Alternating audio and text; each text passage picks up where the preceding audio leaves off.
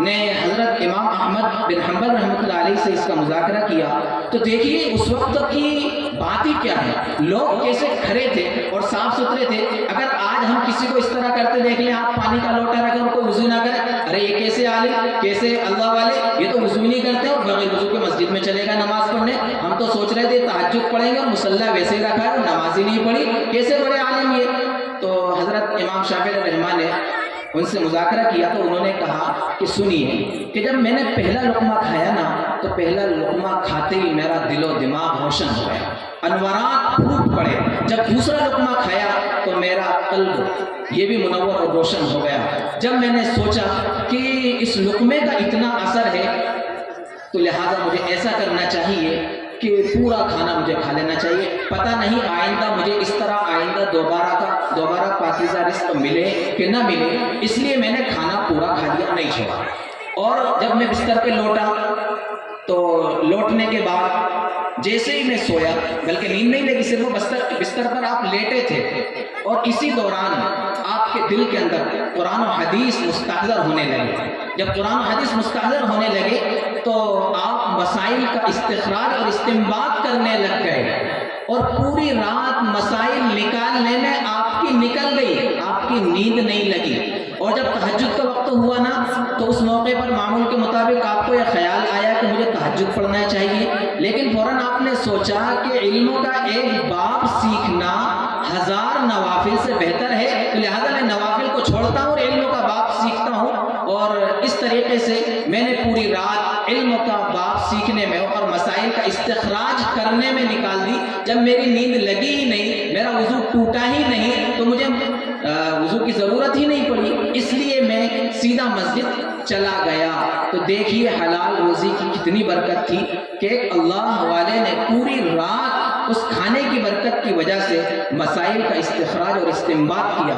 جب حرام روزی کھائیں گے تو یہ ساری چیزیں ہم سے چھوٹ جائیں گی، نمازیں چھوٹ جائیں گی، پھر ہمارا دل کبھی بھی نماز کی طرف نہیں لگے گا۔ صحابہ تھے، اللہ والے تھے، جب ان کی روزیاں پاکیزہ ہوا کرتی تھی، حرام باتوں سے وہ بچا کرتے تھے، حرام غذاؤں سے جب وہ بچا کرتے تھے تو ان کو کوئی بھی چیز دنیا کا کوئی سا مشغلہ نماز سے نہیں روکا کرتا تھا۔ لیکن جب ہماری روزی خراب ہوئی تو ہم کھانے میں، کمانے میں اتنے آگے بڑھ گئے کہ نماز کو ہم نے پیچھے چھوڑ دیا اور ہر چیز کو ہم نے آگے کر دیا۔ اللہ رب العزت ہم تمام لوگوں کو حلال طریقے سے کمانے کی توفیق عطا فرمائے اور حرام کمائی سے ہماری حفاظت فرمائے۔ آمین۔ وآخر دعوانا الحمد للہ رب العالمین۔